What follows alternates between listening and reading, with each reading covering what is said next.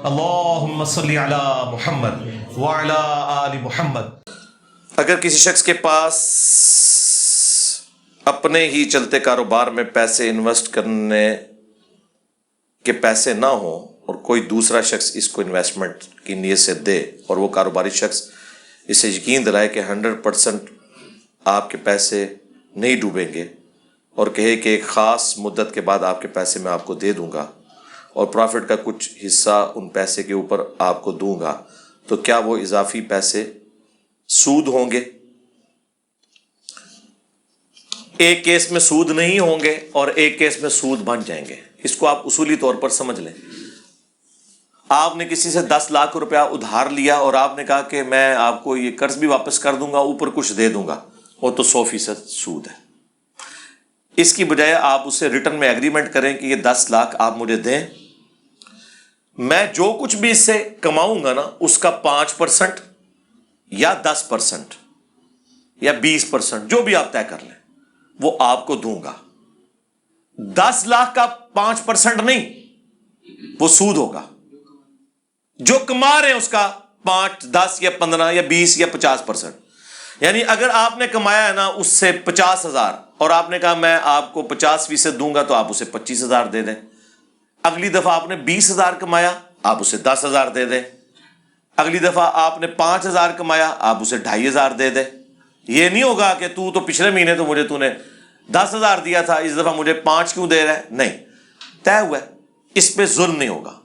اور اگر خدا نخواستہ نقصان ہوا تو نقصان کی صورت میں اگر ٹوٹل انویسٹمنٹ اس بندے کی ہے تو نقصان ٹوٹلی وہ بندہ اٹھائے گا جس کی انویسٹمنٹ ہے۔ یہ انصاف ہے۔ کیوں؟ آپ کی محنت ضائع ہوگی، اس کا پیسہ ضائع ہوگا۔ سمجھ آئی؟ آپ کا نقصان یہ کہ آپ کی محنت ضائع ہوئی، اس نے تو محنت نہیں کی، وہ سلیپنگ پارٹنر ہے، اس کی رقم ڈوبے گی، آپ کی محنت ڈوبے گی، کیونکہ آپ کو بھی تو پروفٹ کوئی نہیں ہوا۔ آپ کا نقصان یہ ہے کہ آپ نے جو محنت کی وہ ڈوب گئی، اس کا نقصان یہ ہے کہ اس کا اتنا پیسہ ڈوبا۔ اور پروفٹ کے کیس میں آپ پروفٹ اس لیے لے رہے ہیں کہ آپ اس پیسے سے محنت کر رہے ہیں، وہ پروفٹ اس لیے لے رہا ہے کہ اس نے آپ کو پیسہ دیا ہوا ہے۔ یہ تھم رول ہے۔ یعنی رقم کی پرسنٹیج لینا سود ہے، پروفٹ کی پرسنٹیج لینا کاروبار ہے، حلال ہے، منافع ہے۔ اکثر اپنے بڑوں سے سنتے ہیں کہ جس مسلمان کی وفات والے دن یا اس کے جنازے کے دوران بارش ہو وہ نیک آدمی ہوتا ہے۔ اسی بزرگ سے صرف یہ پوچھ لیں کہ اگر وہ دوسرے فرقے کا ہو تو ٹائم قیامت آ کے ان جواب دے۔ کیا صرف بریلویوں کے جنازے کے اوپر بارش ہوئی ہے؟ کبھی دیوبندیوں کے جنازے پہ نہیں ہوئی؟ اہل حدیث کے جنازے کے اوپر نہیں ہوئی؟ شیعہ کے جنازے کے اوپر نہیں ہوئی؟ یہ کوئی کرائٹیریا نہیں میرے بھائی۔ بارش کا اس سے کوئی لینا دینا نہیں ہے۔ بارش اللہ کی مرضی سے ہوتی ہے، جہاں اللہ تعالیٰ چاہتا ہے نازل فرماتا ہے۔ ایسی کوئی روایت موجود نہیں۔ ایون اگر کوئی روایت بھی ہوتی نا تب بھی یہ کون ڈیفائن کرے گا کہ یہ بارش جو ہے وہ موسمی بارش نہیں ہے بلکہ اس بندے کی وجہ سے ہوئی ہے؟ تو بعض لوگ کہیں گے جی اچانک ہوئی ہے۔ سرکار اکثر بارشیں اچانک ہی ہوتی ہیں۔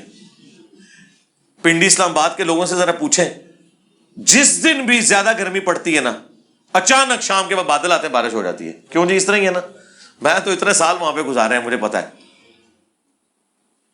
تو یہ کوئی کرائٹیریا نہیں میرے بھائی، یہ جذباتی بات ہے۔ بریلوی علماء نے مسلم کی حدیث 2005 کی شرح میں کہا ہے کہ کل بدعۃ ضلالہ سے مراد وہ گمراہ کن عقائد ہیں جو دین میں داخل کیے جائیں، نہ کہ اعمال، کیونکہ عقائد سے ہی گمراہی پھیلتی ہے۔ جی اعمال بھی ہیں، اس کے اوپر میں تفصیلی ویڈیو ریکارڈ کروا چکا ہوں، 5 گھنٹے کی، مسئلہ 75A اور B۔ اس کے علاوہ بھی میرے کلپس ہیں، آپ یہی لکھ دیں بدعت، اچھی بدعت، بری بدعت، میری کئی ایک ویڈیوز کھل جائے گی۔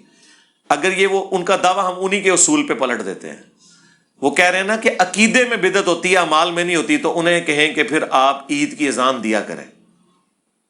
اذان دینا عقیدہ تو نہیں نا، عمل ہے نا، تو دیں۔ وہ کیا کہیں گے کہ رسول اللہ سے ثابت نہیں ہے، انہیں کہ نہیں، نبی علیہ السلام نے کہیں منع کیا، کہیں گے منع تو نہیں کیا لیکن آپ کے مبارک زمانے میں نہیں دی جاتی تھی، انہیں کہ آپ کی تو ڈیفینیشن ہے جو منع نہ کیا گیا ہو وہ آپ کر سکتے ہیں، تو منع تو کوئی نہیں، تو 2 اذان عید کی، اس کو وہ خود بھی بدعت کہیں گے جی۔ تو اعمال کی بدعت کو وہ مانتے ہیں۔ تبلیغی جماعت کے سر روزے لگانے کو بدعت ہی کہتے تھے جب تک دعوت اسلامی نہیں بنی تھی۔ تو یہ نہ سمجھیں کہ یہ لوگ بدعت نہیں ان چیزوں کو سمجھتے ہیں، اعمال کو بھی بدعت سمجھتے ہیں۔ وہ رہ گئی وہ اعمال جو دین کو سپورٹیو ہیں تو وہ بدعت نہیں ہوتے، اس کو تو ہم نے بھی کبھی بدعت نہیں کہا۔ اس کی اصل صحیح مسلم میں ہی ہے کہ جس نے اسلام میں اچھا طریقہ جاری کیا، وہاں الفاظ ہے سنت حسنۃ، تو اسے اس کا ثواب ملے گا، اور جتنے لوگ اس پر عمل کریں گے انہیں بھی ثواب ملے گا، اور ان سب کا کمبائنڈ اسے ملے گا۔ اور جس نے اسلام میں برا طریقہ جاری کیا اس کا وبال اس پر ہوگا، اور جتنے لوگ اس پر چلیں گے ان کا کمبائنڈ وبال بھی اس پہ ہوگا، اور ان کے اپنے وبال میں بھی کمی نہیں ہوگی۔ اور پوری حدیث یہ ہے کہ وہ ایک صحابی پورا بورا اٹھا کے لے آئے تھے جب نبی علیہ السلام نے غریب صحابہ کو دیکھ کر ترغیب دلائی تھی کہ اللہ کی راہ میں صدقہ کرو، اور اس کو دیکھنے کی وجہ سے باقی لوگوں کو ہمت ہوئی، اور باقی لوگ بھی گھروں سے سامان لا کر مسجد نبوی کے صحن میں رکھنا شروع ہو گئے۔ تو آپ نے فرمایا جس نے اسلام میں اچھا طریقہ جاری کیا۔ اسلام میں اچھے طریقے کون سے ہیں؟ امام بخاری امام مسلم نے احادیث کو ریٹن ریکارڈ میں جمع کیا۔ یہ کام حضرت ابو بکر عمر عثمان و علی نے تو نہیں کیا، اس وقت تک تو صرف زبانی کلامی اور دیکھ کر، ظاہر صحابہ خود سراپا سنت تھے، ضرورت بھی ایسا سچ نہیں تھی، انہیں اللہ نے سجھایا، دین وہی تھا، کتابوں میں لے آئے، یہ اسلام میں اچھا طریقہ ہے۔ عربی سافٹ ویئر بنانا اچھا طریقہ ہے، قرآن حکیم کی پرنٹنگ کرنا پرنٹنگ پریس کے اوپر، آج کاتبین کو لکھنا پڑے تو آپ کو کتنا مہنگا قرآن ملے، جو آج آپ کو 100 روپے 130 40 روپے میں قرآن پاک مل جاتا ہے۔ اگر یہ کاتب لکھتا ہو، جنہوں نے پہلی دفعہ لکھوایا ذرا ان سے پوچھے، 5 سے 10 لاکھ روپے کاتب لیتا ہے ایک قرآن لکھنے کا، سال ہا سال لگتے ہیں اسے۔ پرنٹنگ پریس جو وہ اجمیر شریف والے بزرگوں نے بنایا تھا، ہاں نہیں گوروں نے بنایا تھا، یہ بغداد شریف والوں نے جب سے کیمرہ ایجاد کیا ہے کتنی آسانی ہوئی ہے کہ ہم گھر بیٹھ کے محفل نعت دیکھ سکتے ہیں۔ نہیں وہ بغداد والوں نے کسی اور نے کیا تھا، ٹھیک ہے۔ تو یہ سب وہ ہیں اسلام میں اچھے طریقے۔ حج پہ جانے کے لیے جہاز میں جانا، آپ کو پتا ہے 1972 میں پہلی ایئر فلائٹس حج کے لیے شروع ہوئی۔ اس سے پہلے لوگ پیدل جاتے تھے یا بحری جہاز میں، بحری جہاز والے بھی 2 سے 3 ہفتے میں پہنچتے تھے، پیدل والے تو 4 مہینے میں۔ تو جہاز کے سفر کے آغاز سے ہی حاجیوں کی تعداد 2 سے 3 سال میں ڈبل ہو گئی تھی، کیونکہ اتنی مشقت کو اٹھا نہیں سکتا نا کہ 4 مہینے کے لیے جائے، پھر فیملی کے ساتھ کیسے ٹریول کوئی کرے، راستے میں قافلے لٹتے تھے، چوروں کا ڈر اور باقی معاملات۔ آج صرف 4 گھنٹے لگتے ہیں، آپ اسلام آباد سے جہاز میں بیٹھے ایگزیکٹلی 4 گھنٹے کے اندر آپ جدہ لینڈ کر جاتے ہیں، اور جدے سے مکہ 50 منٹ کی ڈرائیو ہے۔ آپ پاکستان بننے سے پہلے کی کتابیں پڑھیں نا حج اور عمرے کے طریقے کی، اس میں لکھا ہوگا جدے سے مکہ 2 دن اور 1 رات کا سفر ہے۔ اندازہ کرو آپ اپنے ملک کے اندر بھی 2 دن اور 1 رات کا سفر اونٹ پہ کریں نا تو لگ پتہ جائے گا، اور یہاں سے سعودیہ جانا۔ اسی لیے اکثر لوگ حج کر کے واپس آ جاتے تھے، مدینہ شریف نہیں جاتے تھے، کیونکہ مدینہ شریف تو بہت ہی زیادہ دور ہے، وہ تو آج بھی روڈ لائنر کے اوپر بھی 4 سے 5 گھنٹے کا سفر ہے۔ تو اونٹ کے اوپر کتنا ٹائم لگتا ہوگا؟ ہفتہ 1.5 لگ جاتا تھا۔ تو اس لیے لوگ بس فرض ہی پورا کیا واپس آ گئے۔ تو یہ اسلام میں اچھا طریقہ ہے کہ آپ اسلام کو سپورٹیو چیزیں، ایئر کنڈیشن، قالین، سپیکر، جس سے یہ اپنی بدعتیں ثابت کر رہے ہوتے ہیں، اور یہ تو ہے ہی نہیں اس ڈیفینیشن میں۔ بدعت کی ڈیفینیشن ہے من احدث فی امرنا ھذا، جس نے ہمارے دین میں جو ہم نے تعلیم کی ہے کوئی بات تعلیم کی، فہو رد و مردود ہے، چاہے وہ عقیدے میں ہو چاہے اعمال میں ہو۔ بدعتی علماء اور لوگوں کا موقف ہے کہ جو اعمال نبی علیہ السلام سے ثابت نہیں ہیں ہم اسے دین کا حصہ سمجھ کر نہیں بلکہ ثواب کی نیت سے کرتے ہیں۔ جس ثواب کی نیت سے کر رہے ہیں یا بغیر ثواب کی نیت سے دین کا حصہ ہی سمجھیں، مثلا تیجا، اچھا یہ تیجا جو ہے وہ کس لیے کر رہے ہیں؟ دین کا حصہ سمجھ کے کر رہے ہیں نا. وہ کہتے ہیں سال ثواب کی اصل ہے. اس کے اوپر میری ویڈیو دیکھ لیں. اس سال ثواب کے 10 طریقے اس طریقے سے کریں جو نبی علیہ السلام نے تعلیم فرمایا.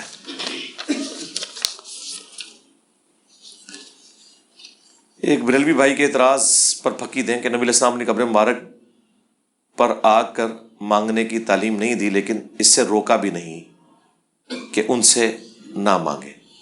جی روکا، کن کن باتوں سے روکے آپ کو پتہ نہیں. حضور علیہ السلام نے اپنے سامنے نہیں بات ہونے دی. جی مسند احمد میں حدیث ہے، امام بخاری الادب المفرد میں بھی لے کے اپنی کتاب میں. ایک صحابی نے کہہ دیا یا رسول اللہ ما شاء اللہ و شئت، اے اللہ کے رسول جو اللہ کی مرضی اور جو آپ کی مرضی. مانگنا تو بہت بڑی چیز ہے، انہوں نے صرف یہ کہہ دیا جو اللہ چاہے اور جو آپ چاہیں. ابھی مانگا نہیں ہے، اس سے بہت چھوٹا کام کیا. آپ نے فرمایا اجعلتنی للہ ندا، کیا تو نے مجھے اللہ کے مقابلے پر کھڑا کر دیا؟ بل قل ما شاء اللہ وحدہ، بلکہ کہہ جو اکیلا اللہ چاہے. اس نے نہیں آگے سے کہا کہ یا رسول اللہ میں آپ کو غیر مستقل بذات اور عطائی اور محدود سمجھ کے، یہ سارے دھوکے. توحید کے نام پر 10 دھوکے، میری ویڈیو دیکھ لیں، اس میں ساری میں نے ان چیزوں کو ایڈریس کیا. میں کیا نبی الاسلام فات تک رفع الیدین ثابت ہے؟ جی ثابت ہے. مسئلہ 70B دیکھ لیں. نبی الاسلام نے رفع الیدین سے ہی نماز پڑھی ہے، وفات تک کا تو معاملہ ہی نہیں، کوئی اور طریقہ ثابت ہی نہیں ہے. اور جب مولا علی علیہ السلام صحابہ کو نماز کا طریقہ رفع الیدین سے سکھائیں تو پھر کیا مولا علی سے بھی یہ پوچھو گے کہ وفات تک کیا تھا؟ تو اس کے اوپر میری ایک ویڈیو آنے والی ہے. جو اکثر ان سے لائیو سیشن میں سوال کرتے ہیں جی جوز رفع الیدین ثابت ہے کہ نہیں. میں جناب دسیا ثابت ہے کہ نہیں، اور وہ کہ کچھ ثابت ہویا ہوا ہے. وہ کلپ تیار ہو گیا ہوا ہے بڑا خطرناک قسم کا، جس سے کانپیں ٹانگیں گی. اتنا خطرناک ہے کہ ٹانگیں کانپیں گی. وہ کلپ تیار ہے انشاءاللہ. جوز رفع الیدین، اس کا ہم نے عنوان رکھا ہے امام بخاری کا حنفی مقلدوں پر غصہ. تو جو امام بخاری نے بدوائیں دی ہیں نا رفع الیدین کے دشمنوں کو، وہ ساری کی ساری میں نے اس میں ڈسکس کی ہیں. کلپ 12-13 منٹ کا ہے، لیکن وہ 12 گھنٹے کی ویڈیو کے اوپر غالب ہے.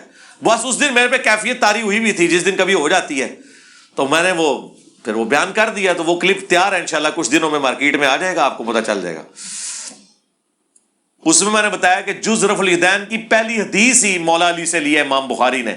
اگر مولا علی نماز کا طریقہ رفع الیدین سے سکھائیں تو اب یہ سوال ختم ہو گیا کہ نبی علیہ السلام نے مکے میں کیا تھا یا مدینے میں. یہ سوال بھی ختم کہ وفات تک کیا تھا یا نہیں کیا تھا. یہ سوال بھی ختم کہ ابو بکر کرتے تھے کہ نہیں کرتے تھے. یہ سوال بھی ختم کہ عمر کرتے تھے کہ نہیں کرتے تھے، عثمان کرتے تھے یا نہیں کرتے تھے. اور جب مولا علی کر رہے ہیں تو باقی تو سارے کور ہو گئے نا. ٹھیک ہو گیا. حنفی جو تشہد میں لا الہ الا اللہ پر انگلی اٹھاتے ہیں، کیا حدیث ہے؟ کوئی ثابت نہیں ہے اس حوالے سے کہ لا الہ الا اللہ پہ اٹھانی ہے، بلکہ وہ اس طرح نہیں ہے. وہ کہتے ہیں لا الہ پہ اٹھانی ہے، الا اللہ پہ گرا دینی ہے. مسلم شریف میں اوپر تلے 4 حدیث ہیں عبداللہ ابن زبیر سے کہ نبی علیہ السلام جب تشہد بیٹھتے درمیان کی انگلی اور انگوٹھے کا یوں حلقہ بناتے، یوں کر کے، اور انگلی کو اٹھا لیتے مسلسل پورے تشہد کے اندر. یوں بھی ثابت ہے اور 53 کا عدد بھی ثابت ہے. 53 کا عدد یہ ہے کہ آپ اس انگوٹھے کو اس یہ جڑ میں رکھیں. اس طرح انگلی اٹھانا بھی ثابت ہے، ایسے بھی ثابت ہے. ٹھیک ہو گیا. انگلی اٹھانے کا تشہد میں طریقہ، یہ میری ویڈیو دیکھ لیں اور نماز کا پریکٹیکل بھی دیکھ لیں. ایک حدیث ڈسپلے کرائی ہے. کیا صحیح بخاری اور قرآن کی آیات ٹکرا سکتی ہیں؟ ایک مفتی کا لکھا ہے، کراچی والے مفتی کا، کہ انہوں نے کہا ہے، میرا خیال ہے انہوں نے یہ بھی بات نہیں کی ہوگی، آپ کو غلط فہمی ہوئی ہے. اس طرح نہ کسی کے اوپر الزام لگائیں اور وہ اسپیسیفک پرابلم لے کر آئیں. ہمارے نزدیک کوئی صحیح حدیث قرآن سے نہیں ٹکراتی. نبی علیہ السلام کو اللہ تعالیٰ نے 2 چیزیں دی ہیں، قرآن اور سنت. اور سنت کا ریٹن ریکارڈ احادیث ہے. یہ زبانی کلامی کہہ دینا کہ جی حدیث قرآن کے خلاف ہوتی ہے، وہ حدیث اپنی سند میں ٹھیک ہی نہیں ہوتی. یا وہ حدیث صحیح ہوگی اور آپ کو سمجھنے میں فرق لگا ہوگا کہ یہ قرآن کے خلاف جا رہی ہے. بھئی قرآن کے خلاف کیسے جائے گی کوئی حدیث؟ ایک ہی مبارک زبان سے قرآن بھی نکلا اور حدیث بھی نکلے، یہ دونوں آپس میں کیسے ٹکرا سکتی ہیں؟ تو اس کے لیے فَاسْأَلُوا أَهْلَ الذِّكْرِ إِن كُنتُمْ لَا تَعْلَمُونَ. اگر تمہیں علم نہ ہو تو اہل علم سے پوچھو. آپ کوئی آیت یا حدیث لے کر آئیں جو آپ ہمیں بتائیں کہ یہ آپس میں ٹکرا رہی ہے، ہم اس کا آپٹیمل سولوشن آپ کو بتائیں گے کہ آپ کی سمجھ میں فرق ہے۔ اس اعتبار سے جو غیر مسلم اسلام پہ اعتراضات کرتے ہیں نا، وہ تو کہتے ہیں قرآن بھی آپس میں ٹکراتا ہے، آپ حدیث کو لے کے بیٹھے ہوئے ہیں۔ لیکن ان کے جھوٹے الزام لگانے سے کیا ہم قرآن کو غلط مان لیں گے؟ نہیں، ہم کہیں گے آؤ ہمارے ساتھ مقدمہ پیش کرو، ہم آپ کو علمی جواب دیں گے۔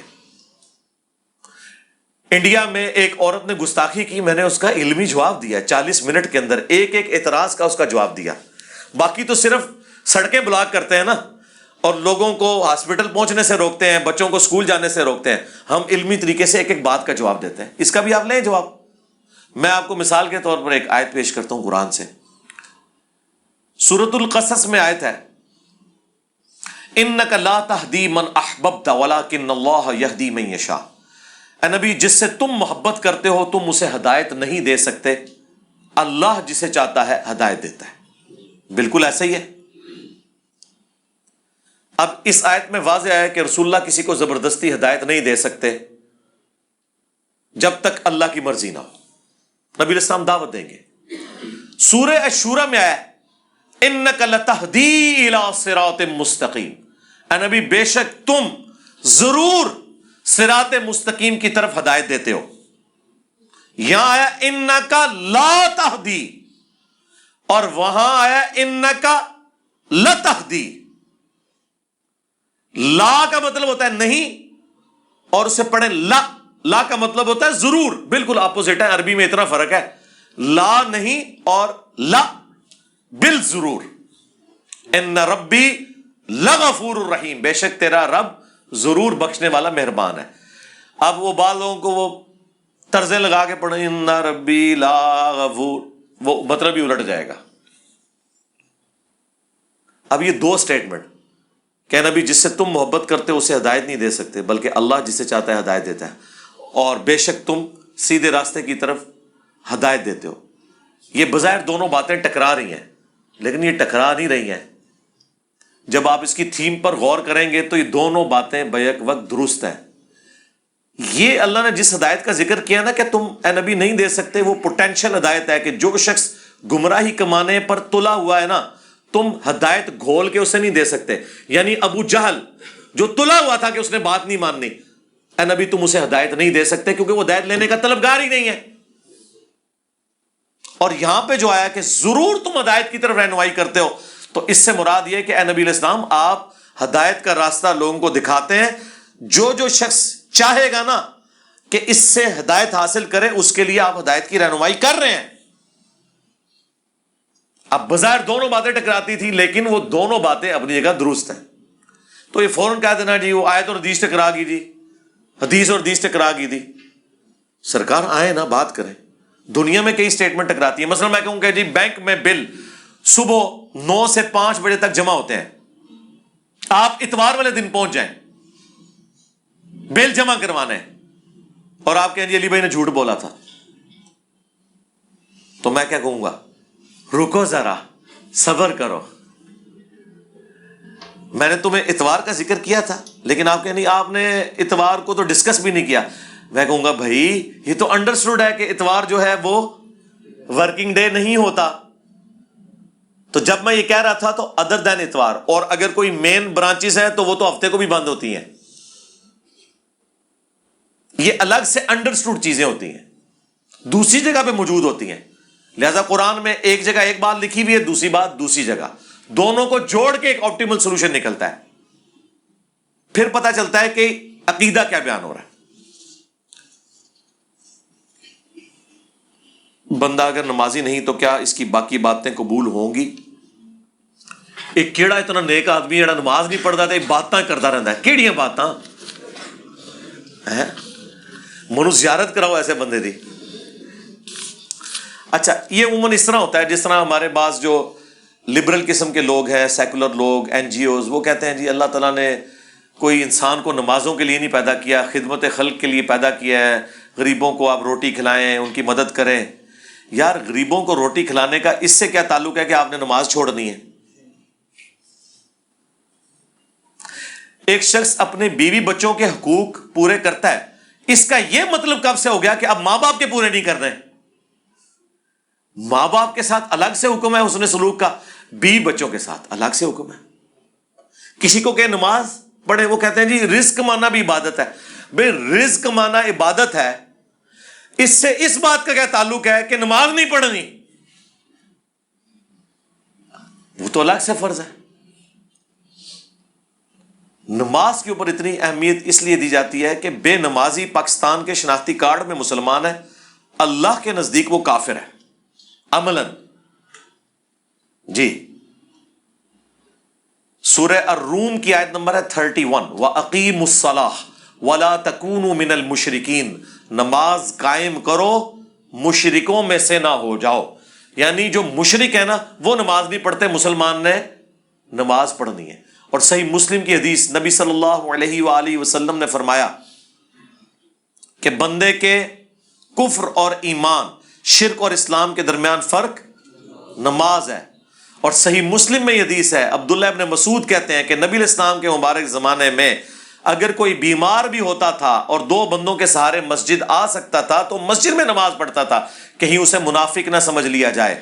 یعنی اس زمانے میں تو اگر گھر میں بھی کوئی نماز پڑھتا تھا نا تو کہتے تھے یہ فارغ ہے. ہاں. اور جامعہ ترمذی کی حدیث کہ نبی علیہ السلام نے فرمایا ہمارا اور منافقین کا عہد نماز کی بنیاد پہ ہے، جس نے جان بوجھ کے نماز چھوڑی اس نے کفر کیا. اور جامعہ ترمذی میں یہ حدیث ہے، عبداللہ بن شقیق تابعی کہتے ہیں کہ صحابہ کرام تارک الصلاح کو کافر تصور کیا کرتے تھے، صرف تارک الصلاح نماز چھوڑنے والے کی تکفیر کرتے تھے. اندازہ کریں آپ اس لیول کے اوپر جب آپ کو چیزیں سمجھائی جائیں پھر بھی نہ سمجھ آئیں. باقی میری ایک ویڈیو دیکھ لیں،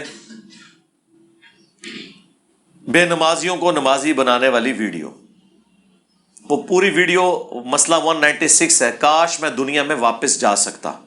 سورہ السجدہ کی 11 آیات میں نے اس میں کور کی ہیں. کیا پاکستانی فوج اور حکومت پہ فرض ہے کہ کشمیر اور فلسطین اور چین کے مسلمانوں کے لیے جنگ کریں؟ اس کے اوپر میں نے ایک کمپلیٹ نیریٹو دیا ہوا ہے. آپ بیت المقدس، جہاد، فلسطین، یہ سب کچھ لکھیں، اس کے بعد یہ سارے معاملات کھل جائیں گے. یہ اتنا آسان کام نہیں ہے کہ آپ 1000 بندہ یا 2000 بندے ڈنڈے لے کے تو کشمیر فتح کرنے کے لیے نکل پڑیں. ہاں یہ معاملات اتنے سادہ نہیں ہیں جتنے آپ کو سمجھ آ رہے ہوتے ہیں. تو آپ وہ ویڈیو دیکھ لیں، ایک پورا مقدمہ ہے. کیا غیر مسلمانوں کے کندھوں پر بھی فرشتے ہوتے ہیں؟ جی مسلم ہو یا غیر مسلم، سب کے نامہ اعمال لکھنے کے لیے اللہ نے فرشتے مقرر کیے ہیں. یہ کندھا مطلب یہ نہیں کہ ادھر بیٹھے ہوئے ہیں کوئی ٹیک لگا کے تھک جاندے نے، ان کو تو کوئی مسئلہ نہیں، کہ بس ساتھ اٹیچ ہیں بس، ٹھیک ہے.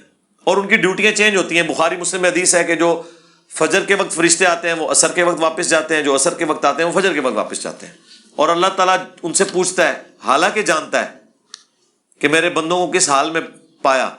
وہ کہتے ہیں جب گئے تھے فجر پڑھ رہے تھے، جب آئے تھے تو عصر پڑھ رہے تھے. عصر والے کہتے ہیں جب گئے عصر پڑھ رہے تھے، جب آئے تو فجر پڑھ رہے تھے. تو یہ خوش نصیبی ہے کہ آپ ہر وقت یعنی نمازوں کے اوقات کے اندر فرشتے چینج ہوتے ہیں. تو یہ سب کے ساتھ اٹیچ ہے. اس طریقے سے لوگ پوچھتے ہیں جی قبر میں کافروں سے بھی وہی سوال ہوں گے جو مسلمانوں سے؟ سرکار وہ ساری انسانیت سے وہی سوالات ہونے ہیں.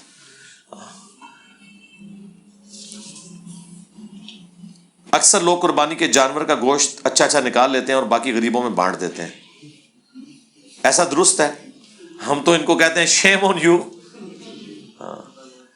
لن تنالوا البر حتى تنفقوا مما تحبون، کبھی بھی تم نیکی کے اعلیٰ درجے کو نہیں پہنچ سکتے جب تک کہ اپنی پسندیدہ چیز اللہ کی راہ میں قربان نہ کر دو. 4 پارہ سٹارٹ اس سے ہو رہا ہے، سورہ آل عمران کی آیت ہے. تو یہ بالکل غلط اپروچ ہے کہ اس طریقے سے حرکت کی جائے. آپ ایونلی ڈسٹریبیوٹ کریں، اس کے بعد اس اعتبار سے ریشو پروپورشن بنا لیں. بل ہم تو ایسا نہیں کرتے ہیں جی، ہم تو الحمدللہ زیادہ گوشت بانٹ ہی دیتے ہیں. گھر رکھ کے کیا کرنا ہے یار. میرے جسم پر بہت زیادہ بال ہیں، میری بیوی چیسٹ کے ہیئر کاٹنے کا بولتی ہے، تو کیا میں داڑھی کے علاوہ سارے بال ریموو کر لوں؟ عذاب ڈال لیں گے اپنی جان کو میرے بھائی، کتنی دفعہ ریموو کریں گے؟ جتنی بار کریں گے اور نکل آئیں گے، اور پھر اس کے ساتھ میڈیکل ایشوز بھی جڑے ہوئے ہیں۔ یہ بیسیکلی ایک آپ سمجھ لیں جینیٹک ڈس آرڈر ہوتا ہے۔ آپ دیکھیں گے جن لوگوں کے سر کے بال جھڑ جاتے ہیں نا، ان کے جسم پہ بہت بال ہوتے ہیں۔ اب میرے جسم کے اوپر نہ ہونے کے برابر بال ہیں، لیکن میرے سر کے بال بہت زیادہ گھنے ہیں۔ یہ ایک ریشو پروپورشن ہے اس اعتبار سے۔ تو اب جسم کے اوپر آپ بال ریموو کریں گے، کدھر کدھر سے کریں گے؟ پہلے عورتیں کرتی تھی، اب مردوں نے بھی کرنے شروع کر دیے۔ وہ باڈی بلڈرز بھی کر رہے ہوتے ہیں، اور پھر تیل لگاتے ہیں اور کہتے ہیں اپنے لیے عذاب ڈالا ہوا ہے۔ تو مہربانی کر کے انہیں اس حوالے سے تھوڑا قائل کریں کہ یہ آپ میرے لیے کیوں ایک مصیبت کھڑی کرنے جا رہے ہیں۔ باقی اس کے اوپر ہم کوئی شرعی فتویٰ نہیں لگائیں گے۔ یہ کوئی ایسے بال نہیں ہیں جن کے ریموو کرنے کا منع کیا گیا ہو۔ ظاہر داڑھی کے بارے میں حکم ہے، باقی بالوں کے بارے میں تو وہ نہیں ہے، لیکن میڈیکلی اس طرح کی چیزیں ریموو کرنے کے جو نقصانات ہیں، اس کے لیے آپ کسی اسکن اسپیشلسٹ سے رابطہ کریں۔ وہ جو آپ کے لیے ڈیسائیڈ کرتا ہے نا، آپ وہ کر لیں۔ شرعی اعتبار سے اس کی کوئی ممانعت نہیں ہوگی، لیکن اگر میڈیکلی اس کا کوئی نقصان آپ کو نہ ہوا، اگر میڈیکلی نقصان ہے تو ہر وہ چیز جو آپ کو نقصان میں ڈالے ہم اس کی مخالفت کریں گے۔ ہم سگریٹ کو کیوں غلط کہتے ہیں؟ اس لیے نہیں کہ سگریٹ نشہ ہے، سگریٹ نشہ ہونے کی وجہ سے نہیں، وہ نشہ تو ہے ہی نہیں ہے۔ یہ تو نہیں کہ سگریٹ پی کے کسی کو نشہ چڑھ جاتا ہے، اس وجہ سے کہ قرآن میں واضح فتویٰ ہے سورہ البقرہ میں، وَلَا تُلْقُوا بِأَيْدِيكُمْ إِلَى التَّهْلُكَةِ، اپنے ہاتھوں سے اپنے آپ کو ہلاک مت کرو۔ اور یہ صرف سگریٹ کو میں سنگل آؤٹ نہیں کر رہا، جو شوگر کا مریض ہے نا اور وہ دبا کے چینی والی چیزیں استعمال کرتا ہے، وہ بھی سگریٹ پینے والے کی مترادف ہے، جب اسے یہ پتہ چل گیا کہ میرے لیے یہ نقصان دہ ہے۔ اسی طریقے سے جو کولیسٹرول کا مریض ہے اور جان بوجھ کے وہ چکنائی والی چیزیں کھا رہا ہے، وہ بھی سگریٹ پینے والے کے مترادف ہے۔ لو جی، ہوں سگریٹ پینے والے نا میڑا دے مار سکتے نہ کسی نو، اچھا میں سگریٹ پینا، تو بھی تو کڑھائیاں بڑھا بڑھا کے کھانا ہے۔ ہاں، تو ہم نے سگریٹ والوں کو بھاگنے کا راستہ بھی دے دیا۔ تو اس لیے میڈیکلی جو چیز بھی آپ کی صحت کے لیے نقصان دہ ہے، آپ اس کا استعمال چھوڑ دیں۔ کسی کے لیے چائے نقصان دہ ہو جاتی ہے، چائے وہ کم سے کم کر دیں۔ حلال چیز کو ہم حرام تو نہیں قرار دے سکتے نا، لیکن یہ تو کہیں گے کہ اب نمک سے بلڈ پریشر کسی کا بڑھتا ہے۔ وہ میری وائف کی دادی ماں تھی، فوت ہو گئی، اللہ تعالیٰ ان کی مغفرت کرے، تو وہ ڈاکٹر کے پاس گئیں تو انہوں نے کہا کہ اماں جی نمک تھوڑا کٹ کرو۔ تو انہوں نے کہا میں تو نمک استعمال ہی کوئی نہیں کر دی، آپ بس یہ ہے کہ کدے انار آ جائے ادھر تو تھوڑا جا برور لینی ہے، ٹھیک ہے جی۔ اس طرح کئی چیزیں انہوں نے گنوائی۔ انہوں نے کہا اماں جی تسی مٹھیاں بھر بھر کے نمک پانا ہے، نمک اتنا ہی ڈالنا ہوتا ہے نا۔ اگر کسی کو کہا کہ آپ نے نمک کم استعمال کرنا ہے تو یہ نہیں مطلب ہوتا کہ پہلے تم ایک مٹھی ڈال رہے تھے اپنی چاٹ کی پلیٹ میں تو اب ایک چٹکی ڈال لو۔ نمک وہ اتنا صحیح ہوتا ہے نا، یہ وائٹ پوائزن ہے، نمک بھی اور چینی بھی، ٹھیک ہے جی۔ اور شوگر کے مریضوں کے لیے 3 چکنائی، چینی اور چاول، لیکن چاول سے مراد ہے پلاؤ والے چاول۔ اگر بریانی والے چاول ہوں وہ نقصان دہ نہیں، کیونکہ وہ ابال کے بنائے جاتے ہیں۔ جو ابلے ہوئے چاول ہوتے ہیں نا، اس میں سے وہ سارا معاملہ نکل چکا ہوتا ہے۔ ابلے والے چاول نقصان دہ نہیں ہوتے شوگر کے مریض کے لیے۔ ابو داؤد کی ایک حدیث میں صحابی کے پیچھے بیٹھے تھے اور فرمایا جانتے ہو یہ سورت کہاں جاتا ہے؟ صحابی نے کہا اللہ اس کا رسول بہتر جانتا۔ جی اس طرح کی ساری جو احادیث اور آیات ہیں ان کے حوالے سے میں نے ایک ویڈیو ریکارڈ کروا دی ہے، قرآن اینڈ ماڈرن سائنس۔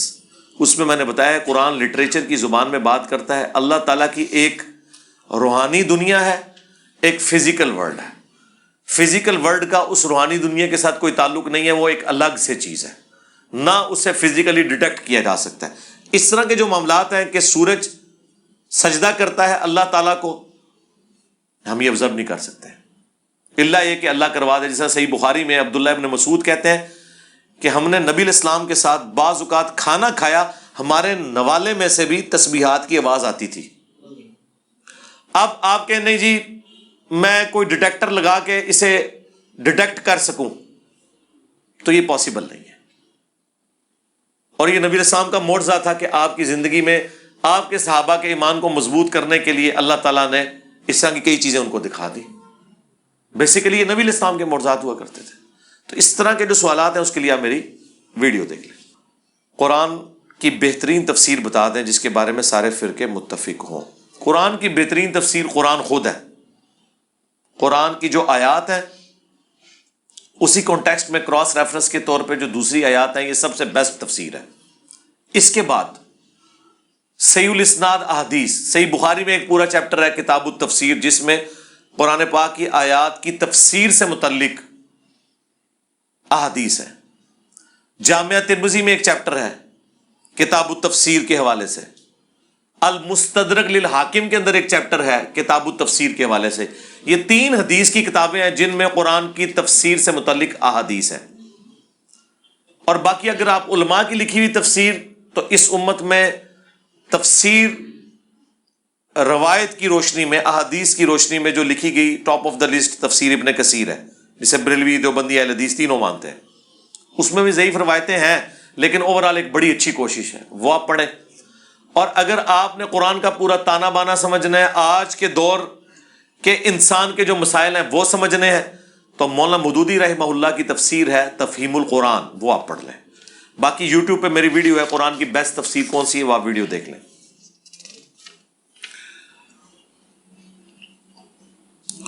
السلام علیکم. وعلیکم السلام. حکم اور اس کا بیٹا مروان صحابی تھے؟ نہیں، مروان صحابہ میں تو نہیں آتا، تابعین میں شمار کیا گیا لیکن ناسبی تھا. اس کے اوپر ایک بریلوی عالم نے اتنی موٹی کتاب مروان بن حکم پہ لکھی ہے، اجاز، مفتی اجاز صاحب نے، انہوں نے مجھے بھی گفٹ کے طور پر بھیجی تھی اور پوری اس کے اوپر تحقیق کی ہوئی ہے، وہ آپ مارکیٹ سے ملے گی. آپ اہل سنت کی جماعت سے آئے ہیں اور آپ کے زیادہ تر بیان حوالے بھی اہل سنت کتاب و سنت، مگر آپ کے زیادہ تر عقائد نظریات اہل حدیث والے ہیں. یہاں اہل سنت سے مراد آپ دیوبندی لے رہے ہیں یا بریلوی؟ کیونکہ بریلوی بھی اہل سنت کہتے ہیں اپنے آپ کو، دیوبندی بھی کہتے ہیں، اور آپ کو یہ پتہ نہیں تھا اہل حدیث بھی اپنے آپ کو اہل سنت ہی کہتے ہیں. کیونکہ جو 2 بڑی تقسیمیں ہیں نا، سنی اور شیعہ، اس میں بریلوی، دیوبندی اور اہل حدیث اہل سنت ہے. اور اثنا عشری ہوں، اسماعیلیہ ہوں، زیدیہ ہوں، یہ شیعہ اسکول آف تھاٹس ہیں. تو ہمارے عقائد اہل حدیث والے نہیں ہیں، قرآن و سنت والے ہیں. نہ سنی والے ہیں نہ شیعہ والے ہیں. ہم توحید وہ بیان کر رہے ہیں جو قرآن میں لکھی ہوئی ہے. ہم نے کبھی یہ نہیں کہا کہ ہمارے عقائد اہل حدیث والے ہیں، جس کا ثبوت یہ ہے کہ میرے خلاف سب سے زیادہ کلپ بنائے ہیں نا اگر کسی نے، تو وہ بریلوی اور اہل حدیث ہیں. اگر میرے عقائد ان کے والے ہوتے تو وہ تو کہتے ہیں ساڈا بندہ ہے. اور کیا ثبوت دیں آپ کو؟ ہمارے معاشرے میں نظر لگنا اور کالا جادو ہونا، اس کی کیا حقیقت ہے؟ جی ہو جاتا ہوتا ہے. اس کے اوپر میں پہلے بول چکا ہوں، آخری 3 صورتیں پڑھ کے دم کریں، اور اگر زیادہ مسئلہ ہو تو کسی ایسے عامل سے رابطہ کریں جو قرآن و سنت کی روشنی میں علاج کر رہا ہو. ٹھیک ہے. آپ نے ایک ویڈیو میں کہا تھا کہ حضرت حسن علیہ السلام کے جنازے پر تیر برسائے گئے، لیکن اس میں آپ نے کوئی تاریخی حوالہ پیش نہیں کیا. کیا آپ بتا سکتے ہیں کہ یہ واقعہ کہاں ہے؟ یہ تاریخی کتابوں میں آپ حضرت حسن علیہ السلام کا چیپٹر پڑھ لیں، اس میں اسود الغابہ میں جس کی شرح الاصابہ لکھی گئی، تاریخ الخلفاء دیکھ لیں، تاریخ ابن کثیر دیکھ لیں، تو کافی زیادہ یہ پرابلم اس حوالے سے ہوئے تھے. جھگڑا ہوا تھا.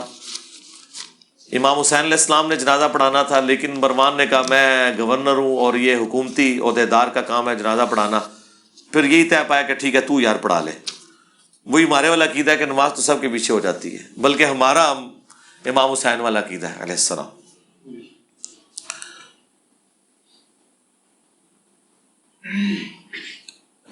جناب محترم محمد علی صاحب کے 21 سالہ اسٹوڈنٹ، ایک بندے کا نام لکھا ہوا ہے، نام لیے ہوئے ہے، پاک فوج میں خدمات سر انجام دے رہے ہیں، دوران ڈیوٹی وزیرستان میں جام شہادت نوش فرما گئے آسمانی بجلی گرنے سے. اللہ تعالیٰ ان کی مغفرت کرے. جی میں اپنے تمام اسٹوڈنٹس کے لیے بالخصوص اور پوری امت کے لیے بالعموم رات کو سونے سے پہلے دعا کرتا ہوں. میری کوئی رات ایسی نہیں ہے جس میں نے زندہ اور مردہ دونوں مسلمانوں کے لیے دعائے مغفرت نہ کی ہو. یہ میری روٹین میں، اور آج درس کے اینڈ پہ بھی میں دعا کروا دوں گا انشاءاللہ. علماء جو قصے کہانیاں سناتے ہیں، ان کا کوئی خاص مقصد ہوتا ہے؟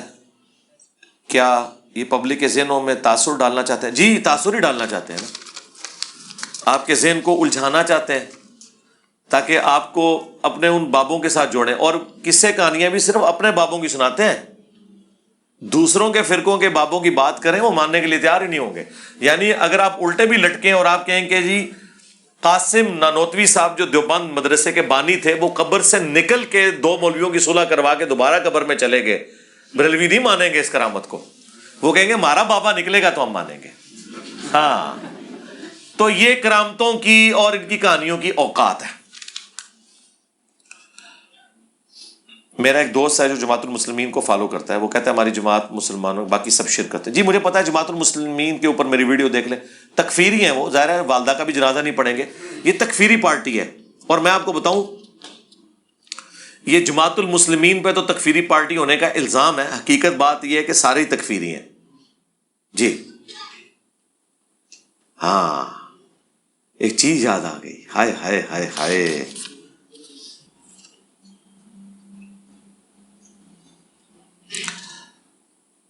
سر آپ سے ایک سوال ہے کہ درباروں پر جو لنگر چل رہا ہے کیا وہ کھایا جا سکتا ہے؟ اگر اللہ کے نام کا ہو تو آپ کھا لیں, پوچھ لیں کس کے نام کا ہے. کتنے عرصے بعد ہمیں دیدار مرشد ہوا ہے؟ میرا خیال ہے یہ مصباحی صاحب کے بارے میں کہہ رہے ہوں گے, کیونکہ ہم تو مرشد انہیں کو کہتے ہیں. پی ٹی آئی والے عمران خان صاحب کو مرشد کہتے ہیں, ہم مرشد کہتے ہیں مصباحی صاحب کو. میرا سوال ہے کہ 3 طلاق والا مسئلہ بتا دیں, حالانکہ آپ نے بتایا ہے, لیکن قرآن میں حکم دیا گیا کہ طلاق وقفے وقفے سے دو. قرآن پاک میں کہیں نہیں آیا کہ وقفے وقفے سے طلاقیں دو. قرآن میں آیا صرف ایک طلاق کا ہی ذکر ہے. قرآن یہ کہہ رہا ہے الطلاق مرتان, 2 ہی دفعہ طلاق دی جا سکتی ہے زیادہ سے زیادہ, تیسری بار تو عورت فارغ ہو جائے گی. تو الطلاق مرتان, طلاق 2 ہی دفعہ ہے مختلف اوقات میں, ورنہ طلاق 1 دفعہ ہی دینی ہوتی ہے. 3 مہینے کے بعد بیوی ویسے ہی نکاح سے نکل جاتی ہے, 3 مہینے کے اندر آپ رجوع کر سکتے ہیں. 3 طلاق کا کہیں نہیں لکھا ہوا قرآن میں 3 طلاقیں دو, 1 ہی طلاق کا ذکر ہے. باقی قرآن نے طریقہ ضرور بتایا, لیکن قرآن نے اس مسئلے کو ان اٹینڈڈ چھوڑا ہے کہ اگر کوئی شخص اکٹھی 3 طلاق دے دے تو اس کا شرعی حکم کیا ہے. تو وہ حکم ہمیں احادیث میں ملتا ہے. الموطا امام مالک پلانٹ ارتھ پہ پہلی حدیث کی کتاب ہے, امام بخاری کے پردادا استاد ہیں, ان کا طلاق کا چیپٹر آپ پڑھ لیں. صحابہ کرام کا اس پہ اتفاق ہے کہ ایک مجلس کی 3 طلاقیں 3 ہی تصور ہوں گی. امام ابن ماجہ نے بھی اس پہ باب باندھا ہے. اگرچہ یہ دینا گناہ ہے لیکن اسٹیبلش ہو جائیں گی تو 3 طلاقیں تو دینی چاہیے, طلاق دینی ایک چاہیے تاکہ دروازہ کھلا رہے دوبارہ رجوع کا. علی بھائی دیوبند فرقہ کے عقائد کی تحقیق پر معلوم ہوا ہے کہ دیوبند اور بریلویوں میں نام کا ہی فرق ہے. جی شکر الحمدللہ, شکر ہے آپ کو پتہ چل گیا ہے. 19-20 کا فرق ہے, ٹھیک ہے جی. یہ اتنا ہی فرق ہے جتنا ایک عورت سرخی پاؤڈر لگا کے بے پردہ نکلتی ہے اور ایک جو ہے وہ بغیر سرخی پاؤڈر کے بے پردہ نکلتی ہے, دونوں ہی بے پردہ ہی ہوتی ہیں. ایک حدیث میں ہے کہ اللہ مومن کو نکاح فراست عطا کرتا ہے. جی کوئی حدیث نہیں ایسی, یہ کہانیاں لکھی ہوئی ہیں. شرح صدر ہو سکتا ہے کسی کو کہ بات سمجھنے کی اسے زیادہ صلاحیت ہو باقی لوگوں سے, ٹھیک ہے, جو آپ کو ہمارے پلیٹ فارم سے اکثر نظر آتی ہے, یہ کام ہو سکتا ہے. یہ نہیں ہے کہ کوئی چیز ہے تو وہ دکھا رہے ہیں, ٹھیک ہے. دیکھ کہاں کوئی سکتا ہے یار, اللہ کے بندو اس طریقے سے. میں نے اکثر کہا ہے, میں اپنا میکینیکل انجینئرنگ کا فارمولہ لکھ کے دیتا ہوں, کوئی بندہ دیکھ کے پڑھ کے بتا دے. کوئی زندہ بزرگ کوئی مردہ بزرگ, اس طرح کون پڑھ سکتا ہے؟ غلطی اور خطا میں کیا فرق ہے؟ جب کوئی بڑی ہستی, اور یہ بس ایک بڑی ہستیوں کے احترام کے لیے کبھی خطا, کبھی اجتہادی خطا, کبھی غلطی, کبھی چونک جانا, ٹھیک ہے نا. قرآن تو بالکل واضح ہے. سورۃ الاعراف میں اللہ تعالیٰ نے حضرت آدم علیہ السلام کے بارے میں واضح کہا ہے کہ آدم نے اپنے رب کی نافرمانی کی, ٹھیک ہے جی. آپ کا نہیں دل کرتا آپ نہ مانیں, ہم آپ کو زبردستی منوا سکتے ہیں. نماز میں پہلے تشہد میں دروشی پڑھنا ضروری ہے؟ ضروری نہیں ہے لیکن افضل ہے. بغیر دروشی پڑھے بھی عبدو و رسولو کے بعد آپ اٹھ سکتے ہیں. ہم تو دروشی پڑھ لیتے ہیں, پہلا حصہ پڑھ لیں اللہم صلی علی محمد وعلی آل محمد, یہ افضل ہے, ضروری نہیں ہے. بڑے بڑے مسالک کے علماء آپ سے ملاقات کے خواہش مند ہیں, تو ان سے کوئی نہیں ملاقات کے خواہش مند. ہم نے تو کہا ملاقات کریں, بڑے ہوں, چھوٹے سے ملاقات نہیں ہوگی. بڑے میں نے آپ کو بتا بھی دیے کون ہے. بریلویوں کے مفتی منیب الرحمان صاحب, جب چاہیں جس وقت چاہیں میں انشاءاللہ ملاقات کے لیے حاضر ہوں. جس جگہ, یہ نہیں میں نے کہا اکیڈمی میں, جگہ یہی ہوگی. دیوبندیوں کے مفتی تقی عثمانی صاحب ہیں, اہل حدیث کے ساجد میر صاحب ہیں یا حافظ سعید صاحب ہیں، اور اہل تشیع کے ساجد نقوی صاحب ہیں، ان میں سے تو کوئی نہیں۔ آپ جن کو بڑا سمجھ رہے ہیں وہ تو بڑے ہیں ہی نہیں ہیں۔ یعنی اگر ڈاکٹر آصف اشرف جلالی صاحب ہیں تو انہیں تو مفتی حنیف قریشی صاحب ناسبی سمجھتے ہیں، اور مفتی حنیف قریشی صاحب کو یہ رافضی کہتے ہیں، تو یہ بڑے تو نہ ہوئے، بڑے ہوں گے جو ان کے اوپر ہو۔ اوپر ایک ہی ہے ان کے، مفتی منیب صاحب، جو آرمی چیف کو مل کے ٹی ایل پی کی صلح کروا رہے تھے پچھلی گورنمنٹ کے ساتھ۔ بڑا جب ہوتا ہے بڑا نظر آتا ہے، ہاں بڑے وہ ہیں، ٹھیک ہے نا۔ آپ کہتے ہیں کہ بابوں کی بجائے کتابیں پڑھیں۔ بابوں کو آپ نے کہاں سے پڑھنا ہے میرے بھائی؟ مطلب بابوں کے منہ کے اوپر کوئی حدیث لکھی ہوتی ہے؟ کتابیں ہی پڑھنی ہے آپ نے، کیونکہ ہر بک بابوں نے لکھی ہے۔ بھائی وہ بابے تو ہے ہی نہیں ہے، وہ تو اہل بیت کے گستاخ، نبی الاسلام کے گستاخ، اللہ کے گستاخ، ان کو تو ہم مانتے ہی نہیں ہیں۔ جن بابوں کو عزت دینی ہے ان کی کتابیں ہم نے یہ رکھی ہوئی ہیں۔ تو ہم نے اکثر جملہ بولا ہے، ہم ان بابوں کو مانتے ہیں جو کتابوں کو مانتے ہیں، ٹھیک ہے، اور جو بابے کتابوں کے دشمن ہیں ہم ان کو نہیں مانتے۔ اس کے لیے میری یوٹیوب پہ ایک ویڈیو ہے، کتابوں کا خدا اور بابوں کا خدا، مجلس 100 بھی ہے، وہ آپ دیکھ لیں، اس کے سٹارٹ میں نے کلیئر کیا۔ علی بھائی، کیا اکثر علماء چاہے آج کے ہوں یا گزرے ہوئے ولید بن مغیرہ کا کردار ادا نہیں کر رہے؟ وَأَنْتُمْ تَعْلَمُونَ کی کیٹیگری میں نہیں ہے؟ جی ایسا ہی ہے، لیکن بعض اوقات واقعی کسی نے ایسے ماحول میں آنکھ کھولی ہوتی ہے کہ اسے تھنک آؤٹ آف باکس کرنے کا موقع ہی نہیں ملتا۔ ڈاکٹر طاہر القادری صاحب کو بھی اب مرنے سے پہلے یہ سمجھ آیا نا کہ بریلوی دیوبندی اہل حدیث سارے مسلمان ہیں۔ اب ہم اگر ان سے پوچھیں کہ حضرت احمد صاحب بریلوی صاحب تو ان کو مسلمان نہیں مانتے تھے، آپ کیا ان سے بڑے عالم ہیں؟ تو کیا جواب وہ دیں گے؟ اس عمر میں جا کے ان کو سمجھ آئی ہے کہ سارے ہی مسلمان ہیں۔ پوری زندگی تو یہ کس طرح تقریریں کرتے رہے ہیں دیوبند کے اور اہل حدیث کے خلاف، گستاخ، نجدی، وہابی، کیا کیا نام ان کے رکھتے رہے ہیں، اور آج ان کی تعریفیں کر رہے ہیں، ٹھیک ہے۔ جوانی کی ایک ان کی ویڈیو ہے جس میں یہ کہہ رہے ہیں کہ جی کبھی بھی حضرت معاویہ رضی اللہ تعالیٰ عنہ نے نہ حضرت علی کی توہین کی، نہ کروائی، نہ اپنے سامنے ہونے دی، اور بڑھاپے میں جا کے جب باپا جانی نے میر شام کے نام کے نعرے لگائے ہیں تو کس قدر ان کے اوپر پھر یہ برہم ہوئے ہیں۔ تو اللہ کرے باقیوں کو بھی بڑھاپے میں جا کے سمجھ آ جائے، ہماری تو دعا ہے۔ اور دوسرا پہلو یہ ہوتا ہے کہ جب کوئی شخص حق کو جان بوجھ کر اناد کر دینا قبول کرنے سے، پھر اللہ کی طرف سے مہر لگ جاتی ہے۔ یہودی کہتے تھے ہمارے دلوں پر غلاف ہے، اللہ نے فرمایا نہیں، لعنت پڑی ہوئی ہے۔ وہ کہتے تھے دیکھو ہم پورا دن نبی کی بات سنتے ہیں پھر بھی اپنا عقیدہ نہیں چھوڑتے، ہم پہ کوئی بات اثر نہیں کرتی۔ اللہ نے فرمایا یہ فخر کی بات ہے، یہ تو لعنت پڑی ہوئی ہے تمہارے اوپر کہ تم اتنے واضح دلائل دیکھ کے بھی حق قبول نہیں کر رہے ہو۔ اس طرح یہ جو لوگ کہتے ہیں نہیں یہ صرف اپنے بزرگوں نے دین نہیں چھڑنا، کئی لوگوں نے ویڈیوز میں کہا آپ 1000 آیات بھی پیش کر دیں، 1000 احادیث بھی پیش کر دیں، ہم نے اپنے بزرگ نہیں چھوڑنے ہیں، یہ فخر کی بات ہے۔ اس پہ ہم یہی کہیں گے کہ نبی کے جیسا ہے ہی کوئی نہیں، بابے تے شے ہی کوئی نہیں۔ اللہ کے نبی کے ساتھ اپنا رشتہ جوڑو، بابے تو ساروں کے اپنے اپنے ہیں۔ ایک درخواست ہے کہ اگر آپ کے لیے مناسب ہو تو قرآن کلاس کی فریکوینسی بڑھا دیں۔ یار یہ بڑا مشکل ہے، ایک ہفتے میں ایک کلاس مشکل سے ریکارڈ ہوتی ہے، کیونکہ وہ پوری کیفیت میں 1 گھنٹہ بیٹھنا ہوتا ہے، ایک ترتیب سے شروع کرنا ہوتا ہے، فریکوینسی بڑھانا مشکل ہو جائے گا۔ یہ سوال جواب میں تو بندہ گپ شپ بھی کرتا ہے، تھوڑا ریلیکس بھی ہوتا ہے، قرآن کلاس میں ڈیکورم میں بیٹھنا پڑتا ہے، اور اس میں پوری احتیاط کے ساتھ معاملات کو لے کے چلنا پڑتا ہے۔ ویسے آپ کی اطلاع کے لیے عرض ہے کہ آلریڈی میں 344 لیکچرز میں قرآن کی تفسیر ریکارڈ کروا چکا ہوں 9 سالوں میں۔ اگر آپ وہ والی تفسیر بھی دیکھ لیں تو انشاءاللہ آپ کے لیے اس میں بہت کچھ ہے، یہ بھی انشاءاللہ اللہ کرے گا تو مکمل ہو جائے گی، لیکن ظاہر ہے کہ وہ میں کیفیت طاری کر کے بیان کرنا ہے نا۔ نبی پاک صلی اللہ علیہ وآلہ وسلم نے رفع الیدین ہمیشہ کے لیے حکم دیا؟ جی ہمیشہ کے لیے حکم دیا۔ صحیح بخاری میں حدیث ہے صلو کما رأیتمونی اصلی، نماز اس طرح پڑھو جس طرح مجھے نماز پڑھتے ہوئے دیکھتے ہو۔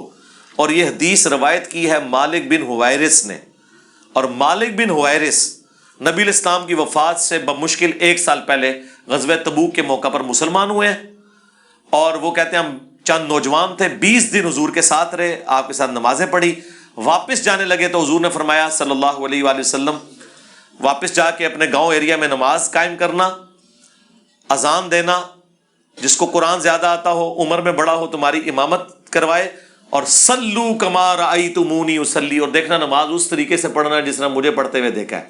اور مالک بن حویرث ہی بخاری اور مسلم میں نماز کا طریقہ روایت کرتے ہوئے کہتے ہیں کہ میں نے نبی الاسلام کو دیکھا کہ جب وہ نماز شروع کرتے تو دونوں ہاتھ کندھوں تک اٹھاتے، اور ایک روایت میں کانوں تک اٹھاتے، رکوع میں جانے لگتے تو کانوں تک اٹھاتے، اور رکوع سے سر اٹھاتے تو کانوں تک اٹھاتے۔ تو جب نبی الاسلام یہ فرما رہے ہیں کہ نماز اس طرح پڑھو جس طرح مجھے پڑھتے ہوئے دیکھتے ہو، اور جس شخص سے یہ کہہ رہے ہیں وہ یہ بتا رہا ہے کہ میں نے حضور کو ایسے پڑھتے ہوئے دیکھا، تو A is equal to B and B is equal to C, hence A is equal to C۔ بالکل کلیئر کٹ ہے۔ بخاری مسلم کی حدیث ہے، اللہ نے مجھے جوامع کلمات کے ساتھ مبعوث کیا ہے، میں بات مختصر کرتا ہوں اور مفہوم گہرا ہوتا ہے۔ جب یہ کہہ دیا کہ اس طرح نماز پڑھو جس طرح مجھے نماز پڑھتے ہوئے دیکھتے ہو، اب جن جن لوگوں نے رسول اللہ کو نماز پڑھتے ہوئے دیکھا اور وہ نبی الاسلام کی وفات کے بعد نماز کا طریقہ رفع الیدین کے ساتھ سکھا رہے ہیں، تو اس کا کیا مطلب ہے؟ بالکل واضح۔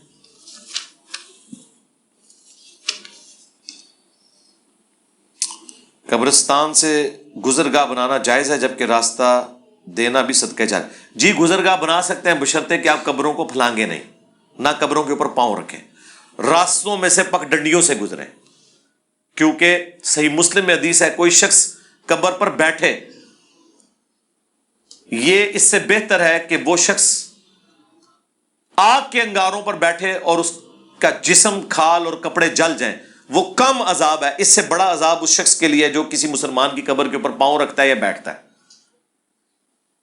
تو قبرستان سے گزرتے ہوئے خیال رکھیں کہ جہاں راستہ ہو وہاں سے گزریں، قبروں کو پھلانگ کے یا اس کے اوپر پاؤں رکھ کے نہیں گزر سکتے۔ اکثر سنتے ہیں کہ رزق عورت کے نصیب کا ہوتا ہے اور اولاد مرد کے قسمت کی ہوتی ہے، اور سنتے ہیں کیا کوئی قرآن حدیث ہے یار؟ قسمت وہی ہے جو اللہ نے آپ کے لیے مقدر کی ہے۔ سورہ شورى میں ہے اللہ جسے چاہتا ہے بیٹے دیتا ہے، جسے چاہتا ہے بیٹیاں دیتا ہے، جسے چاہتا ہے دونوں دیتا ہے، جسے چاہتا ہے بے اولاد رکھتا ہے۔ یار نبی الاسلام کی ساری بیویاں بے اولاد ہیں سوائے سیدہ ختیجہ کے، یا ایک ماریہ قبطیہ سے ابراہیم پیدا ہوئے، باقی ساری بیویاں بے اولاد ہیں۔ کیا ان عورتوں کی خواہش نہیں تھی کہ ان کی اولادیں ہوتی؟ حالانکہ حضور کی وفات کے بعد انہوں نے اتنے سال زندگی بغیر خامند کے گزارنی تھی۔ آپ ذرا حضرت عائشہ کی زندگی کو امیجن کریں، اکیلی عورت 47 سال تک ایک حجرے میں رہی ہے،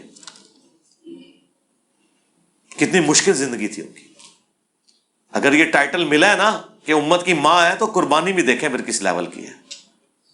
یہ کہنا آسان ہے، ایک جوان عورت بیوہ ہو جائے اور پھر 47 سال تک اس غم میں رہے اور اس حجرے میں کہ جس کے ایڈجسٹنٹ کمرے میں اس کے خاوند جو پیغمبر بھی ہے اس کی قبر بھی ہو، اس کے باپ کی قبر بھی ہو۔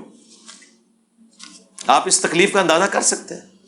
تو یہ ایویں نہیں ٹائٹل ملا ہوا النبی اولی بالمؤمنین من انفسہم وازواجہ امہاتہم رضی اللہ عنہم اجمعین وعلیہم السلام اجمعین۔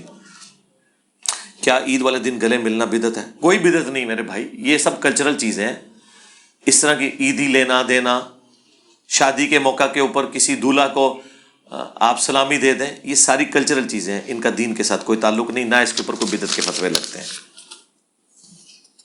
اسی مولوی کو جو بدعت کہہ رہا ہے نا، اس کے ہاتھ میں ایسے مٹھی میں پیسے رکھے نا، اور نہیں کہے گا بدعت ہے۔ پیسے رکھو، ویڈیو بناؤ اور لوگوں نے دسو دیکھو جی اے پیسے لینا جڑا ہے۔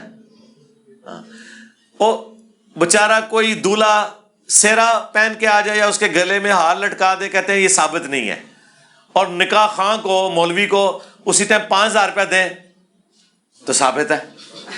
اندازہ کرو یار۔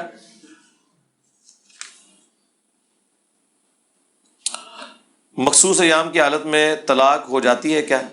جی طلاق تو ہو جاتی ہے لیکن رجوع کرنے کا حکم ہے۔ صحیح مسلم میں حدیث ہے، عبداللہ بن عمر نے حالت حیض میں اپنی بیوی کو طلاق دی تھی تو نبی الاسلام نے کہا رجوع کرو۔ پھر پوچھا کہ وہ طلاق شمار ہوئی تھی؟ تو طلاق انہوں نے کہا جی شمار ہو گئی تھی، اگرچہ دینا منع ہے لیکن شمار ہو گئی۔ اور یہ حدیث مسلم کی ثبوت ہے کہ اکٹھی 3 طلاق دینا اگرچہ منع ہے لیکن شمار ہو جائیں گی۔ کیا کرپٹو کرنسی میں انویسٹمنٹ کرنا جائز ہے؟ شرعی طور پہ کوئی مسئلہ نہیں ہے، یہ بھی ایک کرنسی ہے، آج کل کرنسی اسی پہ شفٹ ہو رہی ہے۔ مسئلہ اس کے پیچھے یہ ہے جو گورنمنٹ کی طرف سے ابھی پابندی ہے اور گورنمنٹ اسے رجسٹر نہیں کر رہی، اس کے پیچھے کوئی گارنٹی نہیں کھڑی ہوئی۔ پاکستان سے باہر اگر آپ کر رہے ہیں تو ضرور کریں، کس نے منع کیا آپ کو؟ کرنسی ہے۔ ڈالر میں لوگوں نے انویسٹمنٹ نہیں کی ہوئی ہے،